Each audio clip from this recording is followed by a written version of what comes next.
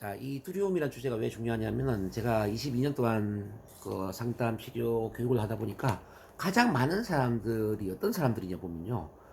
두려움 때문에 오는 분들, 두려움. 뭐 공황장애, 뭐 대인 공포증, 발표 불안증, 시선 공포, 이런 이제 사람에 대한 두려움 있잖아요. 사람에 대한 두려움 때문에 오는 분들이 10명 중에 9명입니다. 그래서 두 분 이사님도 이제 앞으로 상담이나 치료를 하다 보면은 의외로 이 두려움과 관련된 치료를 많이 해야 된다는 거야. 그러니까 두려움의 본질에 대해서 제대로 알고 있어야만 치료를 또 잘할 수 있거든요. 그리고 제가 항상 누누이 강조하지만은 문제라는 것은 문제에 대한 이해를 못하기 때문에 문제가 되는 겁니다. 자, 문제를 제대로 이해하는 것만 가지고도 한 70%가 치료가 됩니다. 이 심리적인 문제는 특히나 그렇습니다. 자, 예를 들어서 요즘은 감기에 걸려도 별로 뭐 걱정을 안 하잖아요. 그렇죠? 근데 조선시대 같은 경우에는 감기에 걸려서 죽은 사람들이 참 많단 말이에요. 왜냐하면 감기를 제대로 이해를 못했지. 감기는 죽을 병이다 이렇게 생각하다 보니까 감기에 걸리는 것만 가지고도 죽는 사람들이 많이 있더라는 거죠. 자, 그렇습니다. 이 두려움이라는 것도 이제 두려움의 본질을 잘 이해를 해버리면은 뭐 두려움의 70%는 사라질 수 있죠. 뭐 두려움만 그러겠어요. 나머지 뭐 우울증이나 뭐 불면증이나 다 마찬가지죠. 어쨌든 그런 차원에서 오늘 두려움을 한번 이해를 해보고 또 이걸 어떻게 극복할 것인가, 뭐 치료를 한다면 또 어떻게 할 것인가 그런 것을 같이 나눠보면은 큰 도움이 되지 않을까 싶습니다.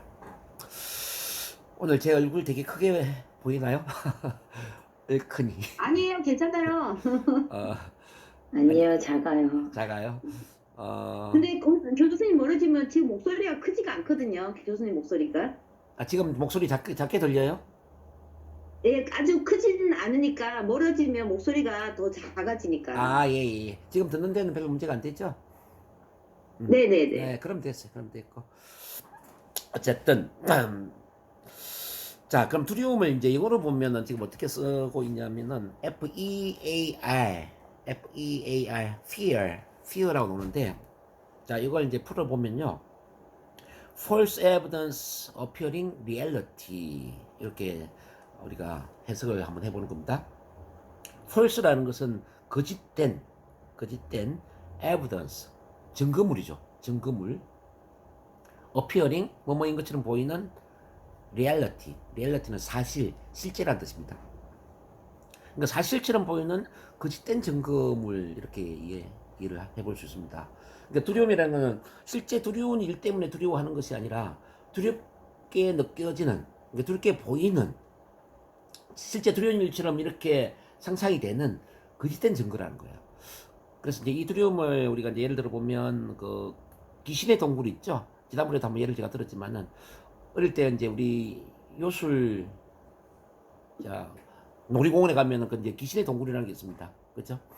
그 귀신의 동굴에 들어가면 귀신이 실제는 살지 않는데 마치 귀신이 살고 있는 것처럼 귀신의 이미지를 연상하게 되고 귀신의 소리를 듣게 되고 귀신에 대한 어떤 느낌을 이제 느끼게 만드는 그런 게 있단 말이에요. 이른바 실제 귀신이 있기 때문에 두려워하는 게 하는 게 아니라 귀신이 있는 것처럼 착각을 하게 만드는 그런 분위기 때문에 우리가 두려움을 느끼죠. 자, 우리 마음속에 자, 귀신에 대한 이미지를 떠올리고 귀신에 대한 소리를 듣고 귀신에 대한 느낌을 느끼는 그런 내부 표현을 하기 때문에 두려움을 느꼈다. 이 이야기입니다. 그 많은 사람들이 갖고 있는 뭐 발표 불안증이나 대인 공포증도 같은 원리거든요. 실제 다른 사람들은 나를 뭐라고 생각하지 않죠. 근데 이제 대인 공포증을 갖고 있는 사람 대부분이 뭐냐면은 나를 이상한 사람으로 볼 것 같고, 나를 비난할 것 같고, 나를 싫어할 것 같고, 이렇게 이제 나에 대한 부정적인 반응을 할 거라는 그런 내부 표현을 하는 거예요. 뭐 발표 불안증도 같은 원리죠. 내가 발표를 할 때 긴장되고 떨리고 실수를 하면은 내 발표를 듣는 사람들이 아마 나를 정말 이상한 사람으로 볼 것이다. 이렇게 이제 부정적인 그런 이미지나 소리나 느낌을 내고 표현한다 이 말이에요. 그래서 이제 결국은 이 두려움도 착각에서 일어나 착각이라고 볼 수 있는 겁니다. 자, 우리가 잘 아는 그 처칠 수상 있지 않습니까? 처칠 수상도 그 발표 공포, 이른바 대중 공포를 갖고 있었거든요. 이분이 영국에 수상을 할 때 다른 건 다 좋은데 나는 그 또 군대를 다니면서 군인들 앞에서 연설을 하는 게 너무너무 두렵다는 거예요. 근데 이제 이분이 어떻게 이 연설 공포를 이제 극복했냐면은 어느 날 어떤 해병대를 이제 그 시찰하기 위해서 이제 해병대를 방문하는데, 마침 그 시간이 오전 훈련을 마치고 점심을 먹기 위해서 이제 이 병사들이 샤워를 하기 위해서 옷을 홀라당 벗어 던지고 이른바 알몸으로 막 샤워실을 뛰어가는 그런 모습을 이제 최철 수상이 보게 된 거예요. 그러면서 이런 생각을 했어요. 야, 뭐 사람들은 다 옷을 벗겨 놓으니까 거기서 거기네, 똑같네. 그러니까 옷을 벗고 뛰어가는 그 병사들의 모습이 너무너무 우습고 너무너무 쉽게 말하면 되게 하찮게 느껴진 거죠. 그 이전에는 이 병사들이 너무너무 무섭고 두렵고 뭐 부담스럽고 불편하고 이렇게 대단한 존재로 봤는데, 옷을 벗기고 나서 보니까 아무것도 아니라는 생각을 하게 된 겁니다. 그래서 이제 그날 점심을 먹고 오후 2시에 이제 쉽게 말하면 이제 연설을 하게 되는데, 연설을 할 때 너무 편안했어요. 왜냐하면 마음속에 이런 생각이 드는 거죠. 아, 지금 이 병사들은 다 옷을 벗고 있는 그런 병사들이야. 근데 나는 옷을 입고 있어. 옷을 입고 있는 내가 옷을 다 벗고 있는 병사들 앞에 말하는 게 뭐가 두려워. 그러니까 계속 이제 옷을 벗고 뛰어가던 그 모습이 연상이 되면서 그 옷을 벗은 병사들 앞에 연설을 한다고 생각하니까 연설하는 게 너무너무 편안하고 너무너무 쉬웠다는 거죠. 그날 이후로 이제 셔츠 수상은 완전히 이제 연설공포, 대중공포에서 벗어나게 된 거예요. 이분은 어떤 착각에 빠졌죠? 즉, 이제 병사들이 옷을 다 벗고 있다라는 그런 나름대로 자기만의 이제 내부 표현을 하게 된 거잖아요. 여기 이해되시나요? 이런 것처럼 이제 우리 마음속에 어떤 내부 표현을 하느냐에 따라서 두려움을 느낄 수도 있고 느끼지 않을 수도 있다. 그럼 이제 우리를 찾아오는 대부분의 발표 불안증, 대인 공포증을 갖고 있는 분들은 어떤 분들이냐? 바로 이제 두려움의 내부 표현에 빠져 있는, 잘못된 착각에 빠져 있는 이런 분들이다, 이제 이 이야기죠. 그래서 이제 이분들에게 그 두려움의 착각을 바로 잡아주면은 발표 불안증, 대인 공포증도 쉽게 해결될 수 있는 거죠. 첫째 수상처럼 말이죠. 그래서 이제 이 두려움은 뭐냐면, 자, 교재에 보면 사실이 아니라 그것을 사실로 생각하는 우리의 마음 상태에서 노는 거기 때문에, 테드 제임스는 이런 이야기를 합니다. 당신이 원하는 것에 집중하고 초점을 돌아는 무의식의 경고 신호이다. 아주 중요한 이야기입니다. 이 두려움은 내가 원하지 않는 것에 지금 집중을 하고 있으니까 원하지 않는 것이 아니라 원하는 것에 집중을 하고 초점을 돌아는 무의식의 경고 신호라는 겁니다. 이제 발표할 때는 이제 뭐 긴장, 떨림, 실수에 신경 쓰지 말고 이제 발표 내용이라든지 발표 주제라든지 발표를 통해서 이루고자 하는 어떤 발표의 목적이라든지 여기에 이제 집중을 하라는 겁니다. 그러면은 열정이 생기겠죠. 자, 사람을 만날 때는 저 사람이 나를 어떻게 생각할까, 그런 부정적인 것에 신경을 쓰는 게 아니라 내가 이 사람을 만나서 어떤 이야기를 하고 어떤 관계가 되고, 자, 이 인간관계를 통해서 내가 이루고자 하는 게 뭔가, 이런 어떤 대인관계의 목적이라든지 뭐 어떤 나누고자 하는 그런 컨텐츠 내용이라든지 이런 것에 신경을 쓰라는 거죠. 원하는 것에 신경을 쓰면은 두려움은 없어진다는 거죠. 인생도 같은 원리입니다. 우리 인생에 대해서 내년에 내가 어떻게 될지, 내 미래가 혹시 또 직장에 잘리면, 몸에 병이 생기면, 뭐 온갖 부정적인 생각을 하면 두려움이 생기잖아요. 그럼 미래에 대해서 긍정적인 걸 생각하는 거죠. 내가 이제 목표를 이루고 있는 어떤 미래의 멋진 모습이라든지, 돈을 많이 벌고 있는 그 미래의 멋진 모습이라든지, 내 어떤 전문 분야에서 크게 성공해 있는 나의 멋진 모습이라든지, 뭐 두 분 이사님 같은 경우는 강의를 멋지게 하고 있는 모습, 뭐 NLP 체면 치료를 통해서 돈을 많이 벌고 있는 모습, 뭐 사람들로부터 인정받고 사랑받고 있는 미래의 모습, 뭐 좋은 집으로 이사를 해서 좋은 집에서 살고 있는 모습, 뭐 자동차를 바꾸어서 내가 좋아하는 그 정말 멋진 자동차를 타고 드라이브를 하고 있는 멋진 모습, 이렇게 원하는 모습이 있지 않습니까? 그죠? 이 원하는 모습에 집중을 한다면 두려움은 그냥 없어진다는 거죠. 자, 왜 그러냐면 우리 감정의 의자는 동시에 두 개가 존재할 수가 없어요. 감정의 의자는 한 번에 하나의 감정만 느낄 수가 있는 거예요. 예를 들어서 두려움이 감정의 의자 앉아버리잖아요. 즉 두려움이 크잖아요. 그럼 두려움 외에 뭐 열정이라든지 자신감이라든지 이런 감정이 들어설 수가 없어요. 그러니까 두려움이 크면은 열정이 없고, 열정이 크면은 두려움이 없다, 이렇게 이해를 하시면 돼요. 두려움이 크면 열정이 없고 열정이 크면 두려움이 없다. 이걸 잘 이해를 하셔야 됩니다. 사람들은 두려움을 없애려고 애를 쓰지만은 두려움은 없애기 위해서 노력을 해서 두려움이 없어지는 게 아닙니다. 그러니까 두려움 반대에 열정을 키워주면 두려움은 그냥 없어진다는 거죠. 여기 이해되시나요? 네. 열정을 키우면 두려움이 없어집니다. 그래서 부정적인 걸 없애려고 애쓸 필요가 없어요. 자, 발표 같은 경우는 발표 준비를 많이 하고 발표 주제라든지 발표를 통해서 이루고자 하는 이런 원하는 것에 집중을 해서 열정을 키우잖아요. 발표에 대한 열정이 커져버리면 발표 두려움은 그냥 없어지는 겁니다. 그 대인 관계도 같은 원리인데요. 저 사람이 나를 어떻게 생각할까? 나를 비난하면 어떡하지? 무시하면 어떡하지? 이런 부정적인 게 아니라, 자, 저 사람한테 내가 뭘 주어야 할까? 저 사람의 어떤 걸 도와줘야 될까? 저 사람과 어떤 말을 하고 어떤 이야기를 나눠야 할까? 저 사람과 어떤 관계가 되어야 될까? 그래서 이제 이 대인 관계에서 나누고자 하는 것들이나 이루고자 하는 이런 것에 이제 집중을 한단 말이에요.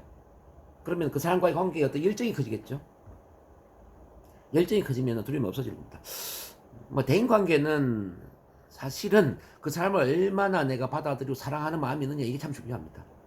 그 사람을 사랑하게 되면요, 사랑을 하는데 어떻게 두려움이 있겠습니까? 자, 예를 들어서 난 우리 오경수 이사님 너무 좋아. 우리 이상형 이사님 너무 좋아. 두 분에 대한 좋은 감정을 갖고 있는데 두 분을 왜 두려워하겠냐 이거지. 그렇지 않나요? 누군가를 좋아하게 되면은, 좋아하는 감정이 크면은 그분에 대한 두려움은 그냥 없어진다는 거죠. 그래서 이제 우리가 대인 관계의 두려움, 이른바 대인 공포를 없애려면은 그 사람을 얼마나 좋아할 수 있느냐, 얼마나 사랑할 수 있느냐, 그 사람에 대한 좋은 감정을 어떻게 키울 수 있느냐에 이제 포커스를 맞춰야 됩니다. 어떤 사람이 두렵다라는 것은 그 사람을 좋아하지 않는 겁니다. 그렇지 않나요? 우리 이상형 이사님, 오경수 이사님이 너무너무 편안하죠, 그죠? 오경수 이사님이 편안하죠? 두렵지 않을 거예요, 아마. 네. 우리 오경수 이사님도 이상형 이사님이 너무너무 편안하지 않나요? 친동생처럼. 사랑스럽죠. 사랑스럽고 예쁘고 막 편안하죠. 자, 네, 하는 행동이 사랑스러워요. 네. 그러니까 이제 두 분은 서로를 좋아하기 때문에 두 분에 대한 두려움이 없을 거다 이 말이에요. 저 또한 그래요. 저는 오경수 이사님을 두려워하지 않거든요. 이상형 이사님을 두려워하지 않거든요. 두 분을 좋아하니까, 그러니까 좋아하는 감정이 크기 때문에 두 분에 대해서 두려움을 느끼지 않아요. 얘는 두 분뿐만 아니라 이제 밖에 있는 나머지 다른 사람들도 마찬가지예요. 그래서 어떤 사람을 좋아하게 되면 좋아하는 그 감정만으로도 두려움은 없어진다 이거죠. 그래서 결국은 이 좋아하는 감정이, 사랑의 감정이 부족하기 때문에 두려움이 생기는 겁니다. 발표도 보면 내가 이야기하고자 하는 내용 있잖아요. 그 내용에 심취하고 몰입하고 그 내용이 너무너무 좋은 거예요. 그러면은 발표를 두려워할 이유가 없어요. 이제 열정이라는 단어 있잖아요. 지금 제가 칠판에 글을 써드리지 못한 게 좀 답답한데, 열정이 인수지혜점이라는 단어인데, 인수지혜점. 다음에 이제 단어를 제가 한번 써드릴게요. 이 N은 뭐냐면, 인수지혜면 이 N은 안에란 뜻, 안에. THUS는 신. 그러니까 신 들려있다 이 말이에요. 열정은 신 들려있는 상태가 열정이거든요. 그럼 신이 들려지려면 어떻게 해야 되느냐? IASM, I am sold myself. 이른바 나 자신한테 판매한다. 나 자신한테 판매를 해서 내가 몰입하고 심취하고 감동을 하게 되면은 내 안에는 신들린 상태가 된다는 거예요. 신들린 상태. 신들린 상태가 되면은 바로 이제 그 신들린 상태가 열정이 되는데요. 그러면은 이제 신들린 상태는 특징들이 뭐냐면은 1번 쪽팔림을 모른다. 쪽팔림을 모른다. 2번 두려움을 모른다 이 말이에요. 신들린 상태가 될 때. 저는 우리 이제 이상형 이사님을 보면 참 좋은 게 무대에 있으면 신들린 상태가 되더라고요. 네. 네, 이상형 이사님 앉아 1대1로 이야기할 때 무대에 있을 때는 완전히 틀려 딴 사람이 돼요. 네. 특히 지난 2월 말에 우리 인천 몽송학당에 강의를 왔을 때 저는 막 완전히 매료됐어요. 어떻게 저렇게 무대에 신들린 상태가 될 수 있을까? 애를 쓰는 억지로 하는 그게 아니라 자연스럽게 그냥 무대에 빠져들어서 무대와 하나가 되는 것 같고 청중과 하나가 되는 것 같고 그런 걸 제가 보면서 아 이상형 이사님은 타고났구나. 자 완전히 무대의 여왕이구나 이제 이런 걸 제가 느꼈어요. 이게 신들린 상태거든요. 그러니까 신들린 상태가 되면 남의 눈을 의식하지 않죠. 그리고 내가 어떤 행동을 하더라도 그걸 창피하게 느끼지 않죠. 이른바 쪽팔림을 모르고 두려움을 모른다. 자, 우리 이상형 이사님만 그런 게 아니라 이제 그런 분들이 보면 이제 교회에 그 보면은 전도사들 있잖아요. 전도사들 네. 전도를 할 때 어떻습니까? 이분이 남의 눈치 보고 전도합니까? 그게 아니죠. 그 신들린 상태가 되면서 전도를 하지 않나요? 자, 또 신들린 상태에 있는 분들이 어떤 분들이냐면은 굿하는 무당들. 무당 어때요, 무당? 자, 무당을 보면 무당도 신들린 상태가 되죠. 저도 좀 그런 게 있어. 저도 강의를 할 때는 신들린 상태가 된 것 같아요. 제가 특히 NLP 강의를 할 때는 저도 빠져들어요. 신들린 상태. 그러니까 여기 이렇게 참 중요한 겁니다. 그러니까 이제 이렇게 신들린 상태가 돼버리면 뭐 자연스럽게 이제 열정이 오는 거죠. 열정이 따라오고 이 열정이 크면은 두려움은 없는 거죠. 그래서 빠져들어라. 자기가 좋아하는 것에 빠져들어라.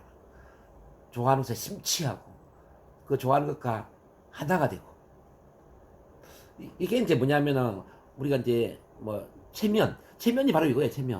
체면이 고도로 집중 몰입이 되는 게 체면 아닙니까? 자, 고도로 집중 몰입이 되는 거, 즉 빠져드는 거예요.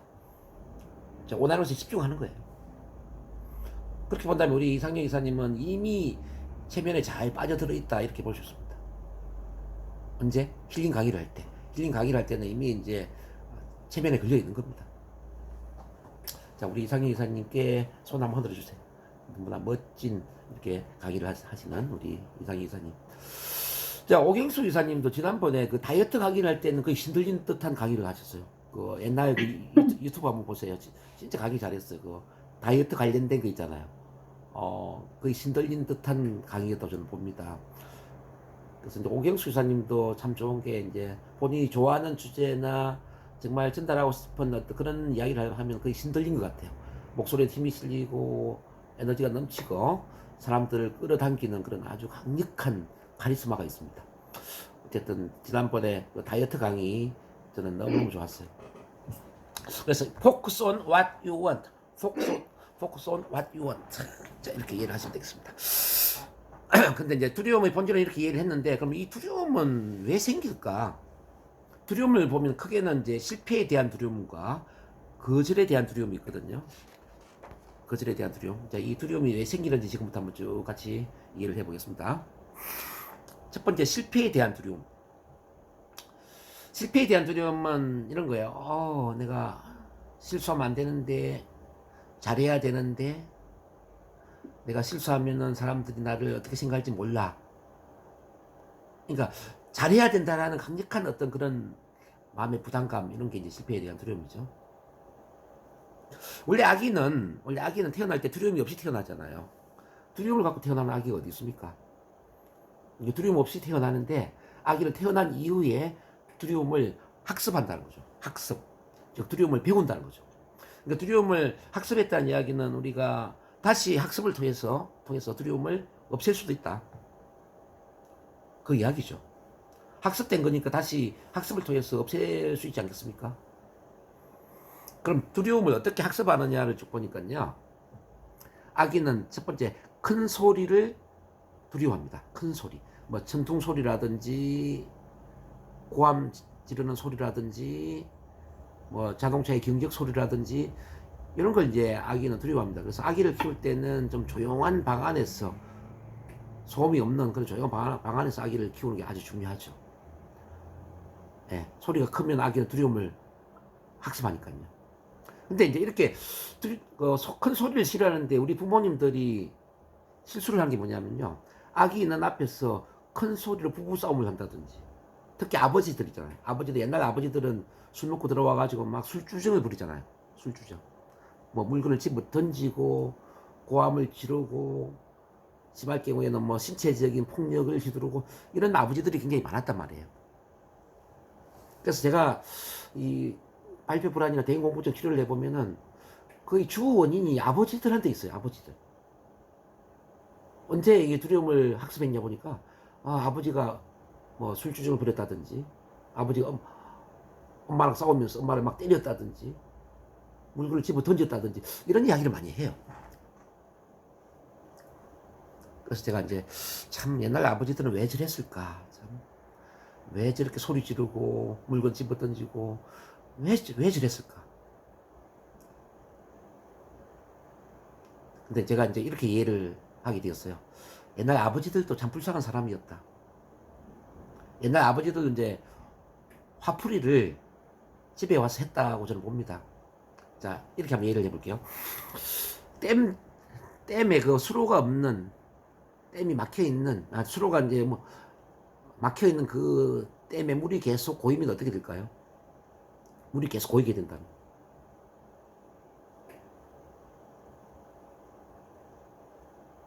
썩어요, 썩어. 물도 썩고, 이끼가 끼. 예, 물도 썩고, 이끼. 예, 이끼가 끼고. 중요한 건 물이 그 댐뚝이 터지게 되겠죠. 물이 계속 쌓이면, 그죠? 댐뚝이 터지겠죠? 그럼 제가 질문할게요.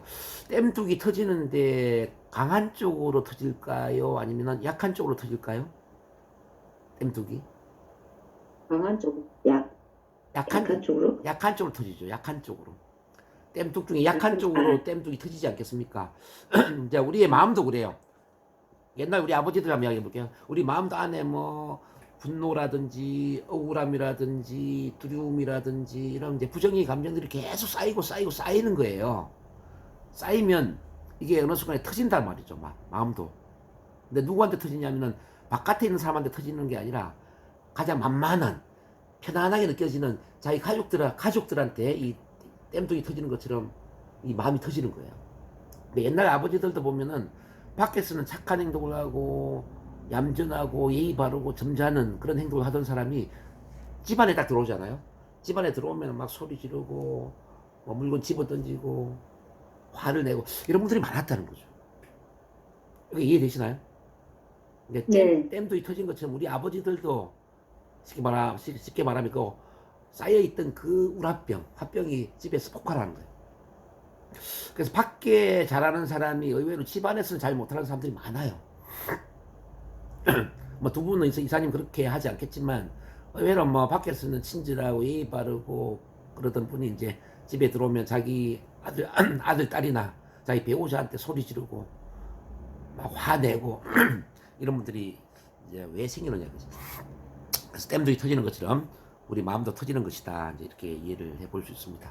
어쨌든 이제 우리 아버지들이 옛날에 이렇게 큰 소리를 지르면서 막 뭐 물건 집어 던지고 구타하고 싸우고 이런 것들이 우리 태어난 아기한테는 바로 실패에 대한 두려움을 심었습니다.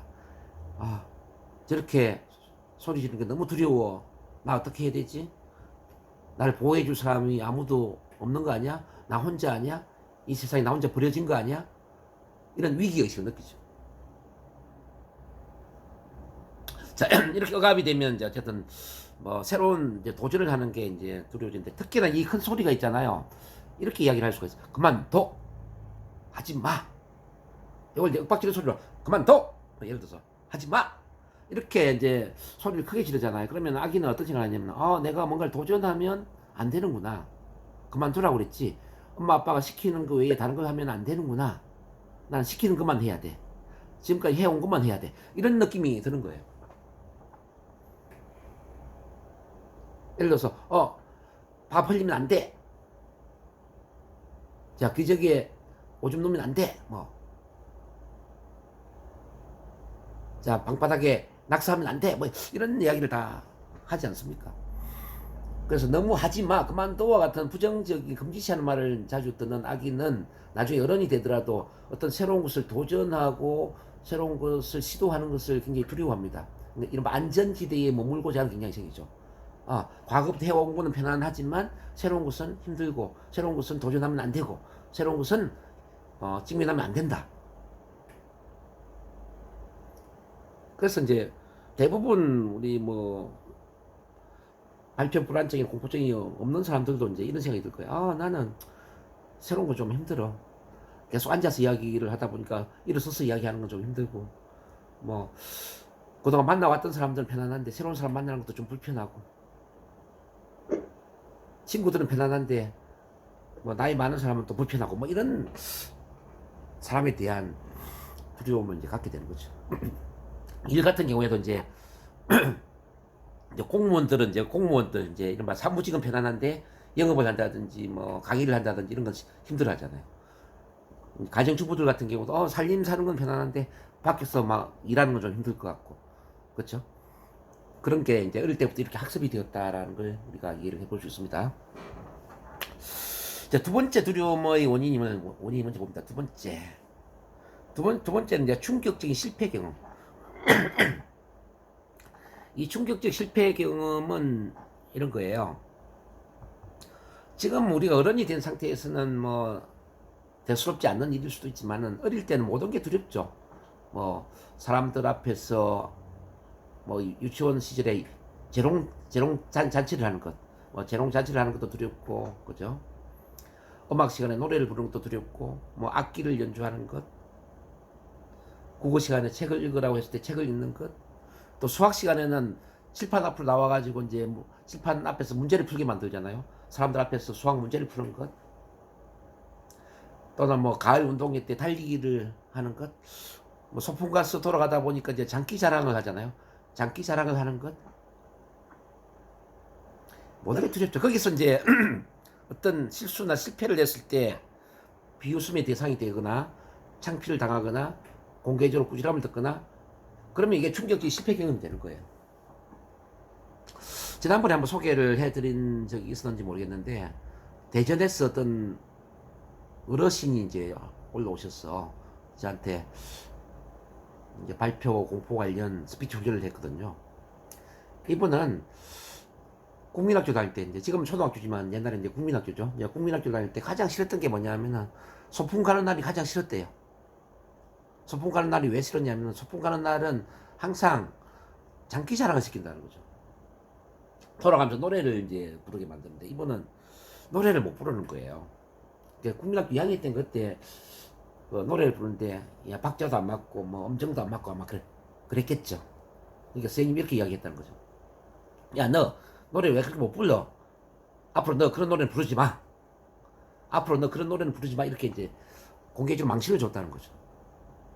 이제 그날 이후로 이제 소풍 가는 날 노래 부르는 게 너무너무 끔찍했다는 거죠. 그때 이제 그분이 63세인가 뭐 64세인가 그랬는데, 근데 이제 이분이 경찰관 출신이거든요. 경찰 공무원 출신인데, 뭐 발표하는 것도 힘들고, 뭐 강의하는 것, 또는 술자리에서 이제 건배사를 하는 것, 이게 다 힘들더라는 거죠. 그래서 뭐 지하철 스피치도 하고 그 당시에 뭐 참 많은 훈련을 했죠. 자, 지금 소개한 이제 그 어르신처럼 이제 우리도 아마 그런 비슷한 경험이 있을 겁니다. 저 같은 경우에도 이제 그런 경험이 있어요. 자, 국민학교 6학년 때인데, 국민학교 6학년 때는 이제 그 주번이라는 게 있어요. 주번. 6학년 주번은 정규생 앞에 올라가서 그 주에 해야 될 어떤 주훈 있잖아요. 이번 주에는 이런 걸 지켜야 됩니다. 뭐 휴지를 줍고, 뭐 화장실 청소를 깨끗하게 하고, 뭐 이런 이제 이런 주훈 있잖아요. 이걸 한 6가지 정도를 전교생 앞에서 발표를 해야 되는데, 제가 분명히 6가지 다 외웠거든요. 근데 연단이 올라가지고 발표를 하는데 1번, 2번, 3번까지는 발표를 했는데 4번부터 생각이 안 나는 거예요. 그래가지고 한 10초, 20초를 멍하니 가만히 서 있었죠. 그러니까 우리 담임 선생님이 제가 내려오니까, 야, 인마 내려와! 병신같이 그것도 못해가지고. 이렇게 뭐라고 하는 거죠. 저도 그날 이후로 이제 발표하는 게 너무 힘들었어요. 국민학교 6학년 그 경험 이후로 뭐 중학교, 정말 고등학교까지 발표하는 게 너무 힘들었어요. 근데 이제 고등학교 2학년 때 제가 학급 반장을 맡으면서 그 문제를 해결하기 시작했죠. 어쨌든 이제 저도 그런 경험이 있습니다. 자, 이와 같이 작은 어떤 실패의 경험이 어쩌면 이제 충격적인 실패 경험이 될 수가 있어요. 이런 실패 경험을 하게 되면은 상상 속에서, 우리 마음 속에서 계속 반복적으로 연합이 되는 겁니다. 즉, 창피한 경험은 계속 머릿속에 이제 대책임질이 된다는 거죠. 마치 비디오가 재생이 되는 것처럼. 그러면 어떤 일이 일어나냐면, 우리 이제 신경체계에 각인되는 겁니다. 신경체계라는 거는 우리 무의식 잠재의식 속에, 자, 이 이미지나 소리나 느낌이나 그런 것들이 각인되는 거죠. 각인. 이른바 새겨진다 이 말이에요. 새겨지면 마치 이제 파블로프의 개가 종소리에 침을 흘리는 것처럼, 또는 뭐 옛날에 이제 LP 레코드판이라고 있었어요. LP 레코드판을 돌리면 어떻습니까? 이 레코드판을 돌리면 똑같은 노래가 연주가 되잖아요. 그죠? LP 레코드판이 똑같은 노래를 연주를 하는 것처럼 우리도 이제 비슷한 상황이 되면은 과거의 그 감정이 다시 올라오는 거예요. 많은 사람들 앞에 발표를 할 때 그때 어떤 두려움이 또 올라오게 되고, 뭐 많은 사람들 앞에 노래를 부를 때, 또는 건배사를 할 때, 뭐 회의를 진행할 때, 그 어릴 때의 그 감정들이 다시 올라온다 이 말이죠. 이거는 이제 자동화된 반응이라고 봐야죠.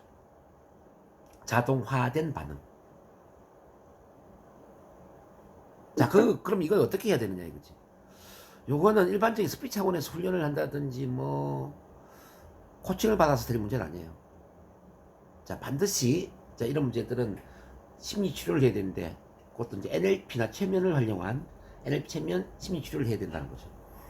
우리 최면 시간에도 제가 강조를 하지만 이런 부분들은 무의식, 잠재의식에 각인되어 있는 문제이기 때문에 무의식과 소통할 수 있는, 무의식과 연결될 수 있는 이 트랜스 상태를 활용하는 게 굉장히 중요하다는 거죠.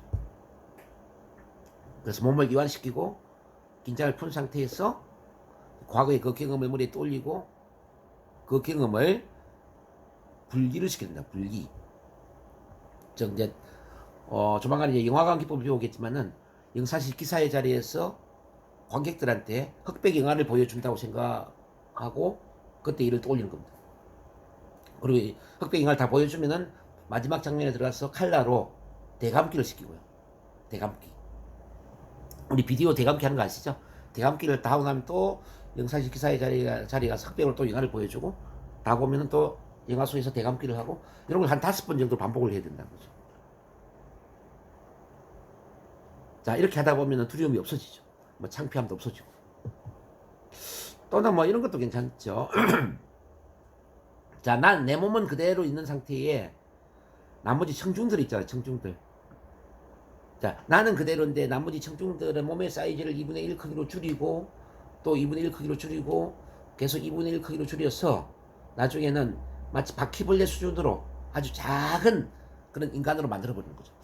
바퀴벌레가 100마리가 있다 하더라도 바퀴벌레 앞에서 긴장되고 뚫리는 사람이 있겠습니까?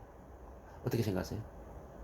뭐 굳이 바퀴벌레가 아니더라도 병아리 크기로 작아진 그 난장이들 앞에서 우리가 발표를 하거나 연설을 하거나 강의를 할 때 이 병아리를 두려워하는 사람이 있겠냐 이 말이죠. 근데 우리는 상상 속에서 조작을 할 수 있거든요. 조작.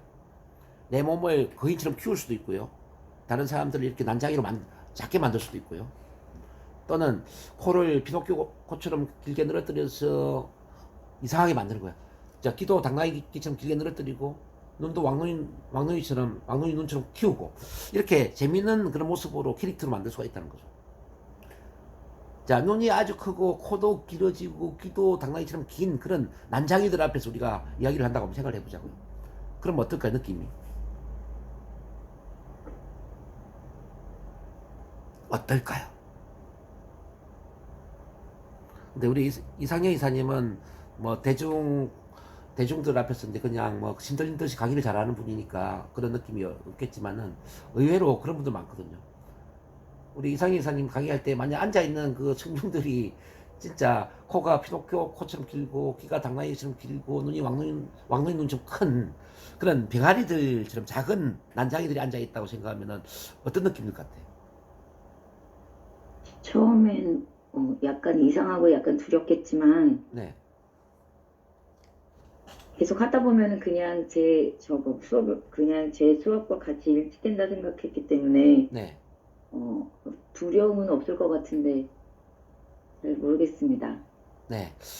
이제 우리 이상형 이사님처럼 무대 체질인 경우에는 이제 이런 걸 이해하기 힘들 수가 있어요. 근데 의외로 있잖아요. 10명 중에 한 7명 정도는 무대 공포나 발표 공포를 갖고 있습니다. 10명 중에 7명, 한 70% 정도가. 아주 많습니다. 근데 강의를 잘하는 분은 이걸 이해를 못해요. 근데 사람들은 가장 두려운 게 뭐냐 연구를 해봤는데 미국에서 자, 삼순위가 뭔지 아세요? 이 미국인들에 대한 연구조사입니다. 자, 세 번째로 두려운 게 뭐냐면은 물에 빠져 죽는 것이라는 두려움입니다. 물에 빠져 죽는 것. 두 번째로 두려운 게 뭔지 아세요? 불에 타서 죽는 거예요. 불에 타서 죽는 거. 첫 번째 두려운 게 뭔지 아세요? 1번 두려움은 바로 사람들 앞에서 말하는 것. 사람들 앞에서 말하는 것에 대한 두려움이었다는 거죠. 1순위가. 이렇게 이제 그 대중공포, 발표 공포는 미국인들한테 1순위가 될 정도로 대단히 큰 두려움입니다. 근데 우리가 이제 이걸 해결을 하려면 어쨌든 그 NLP 체면을 활용해서 치료를 해야 된다는 걸 말씀드리고요. 자, 세 번째는 뭐냐면요. 성공 경험 부족에서 나오는 건데, 성공 경험 부족. 이제 미지의 것에 대한 두려움이 있거든요. 자, 결혼을 한 번도 안 해본 신부가 예식장에서 행진을 할 때 아마 두려움이 있을 겁니다. 한 번도 출근을 해보지 않는 신입사원이 회사에 첫 출근을 할 때 아마 많이 긴장되고 불안할 거예요. 그렇겠죠? 어제 이제 우리 이재영 선생님이 면접에 대한 이야기를 했지 않습니까? 자기는 면접을 50번이나 봤다. 어제 그 이야기를 했잖아요. 면접을 한 번도 보지 않는 그런 취업 준비생이 첫 면접을 볼 때, 첫 면접실에 들어갔을 때 얼마나 두렵겠습니까? 그쵸? 이렇게 이제 경험해보지 않는 것은 두렵게 느껴진다는 거죠. 자, 이게 왜 일어나느냐? 바로 이제 어릴 때 우리 그만둬, 하지 마, 와 같은 그 금지시하는 말을 했던 우리 아버지들, 우리 부모님 때문에 이제 이런 일이 일어난 겁니다. 부모님들이 그만둬, 하지 마, 이런 이야기를 많이 했죠. 그리고 낯선 사람이 과자를 주면 받아 먹으면 안 돼. 낯선 사람이 와서 말을 걸면은 따라가면 안 돼. 뭐 안 돼, 안 돼, 이런 이야기 많이 했죠. 그럼 이제 아기 시절부터 자, 새로운 사람은 두려운 대상이고, 새로운 일은 두려운 거고, 그동안 했던 것만 해야 되고, 이런 게 이제 계속 학습이 되다 보니까, 자, 우리 무의식 속에 이런 게 있는 거죠. 처음 해보는 건 두려운 거야. 새로운 일은 두려운 일이야. 자, 항상 했던 것만 안전한 거야. 뭐 이런 느낌들이 있는 거죠. 그래서 이제 우리는 본능적으로 새로운 일을 두려워합니다. 미지의 일을 두렵게 느낀다, 이 말이에요. 여기까지 다 이해가 됐으면 손 한번 흔들어 주시기 바랍니다. 네네. 이제 그 다음 페이지를 한번 넘겨봅니다. 거절에 대한 두려움을 봅니다.